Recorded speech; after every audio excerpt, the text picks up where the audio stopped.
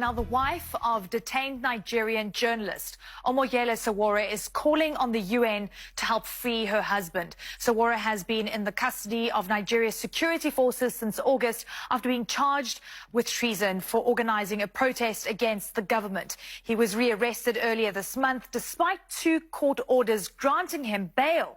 Sowore's case has drawn attention to the issue of press freedom in Nigeria. The country was listed on the committee to protect journalists' global impunity index this year. My colleague Zain Asher spoke with Sowore's wife, Opeyemi, earlier. Take a listen. What is really scary about this case is the fact that the Nigerian government has shown a high level of lawlessness and a real disregard for the rule of law. So there are 2 outstanding court orders within Nigeria from 2 separate judges where they have actually released Yele on bail, and the Nigerian government is currently ignoring those court orders and still continue to maintain him. So again, he has been kept in isolation for 139 days.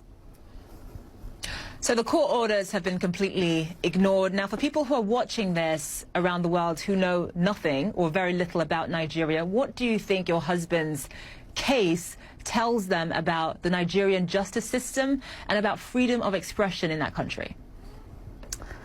I think Yele's case is a perfect example of just the fact that the civic space in Nigeria is closing. He is one of many journalists, many activists who are currently being detained. He's currently one of many who've been named prisoners of conscience, both religious leaders, journalists, as well as politicians. So the Nigerian government actually recently introduced 2 new bills. One is a social media bill, and the second one is a hate speech bill where it's actually punishable by death. So these are bills that will make it possible for the Nigerian government to punish dissent legally within Nigeria. Incredible, and it does say a lot about rule of law in that country and about freedom of expression. But just going forward, in terms of really putting pressure on the Nigerian government to release your husband, we know that in the U.S., Senator Cory Booker, Senator Bob Menendez have both spoken out. But beyond just tweeting about this case, beyond just sort of issuing statements, what more can the U.S. do in practical terms, and I guess other countries around the world, to make sure that Yele comes home? First of all, I want to say that I'm truly grateful to Menendez and Booker and Chuck Schumer, all the different senators who have spoken out, as well as representatives.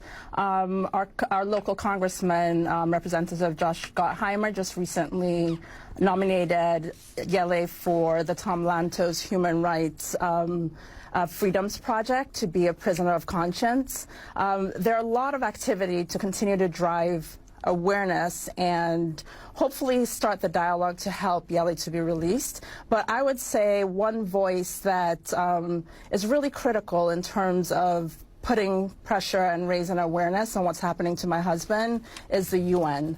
So my hope is that the UN is able to speak up and help bring my husband home safely to me and our children. In the months following Omoyele Sowore's arrest, the staff of his US-based site, Sahara Reporters, say their Nigerian bank account was frozen without notice. They told the committee to protect journalists that this happened in October, hurting their operations.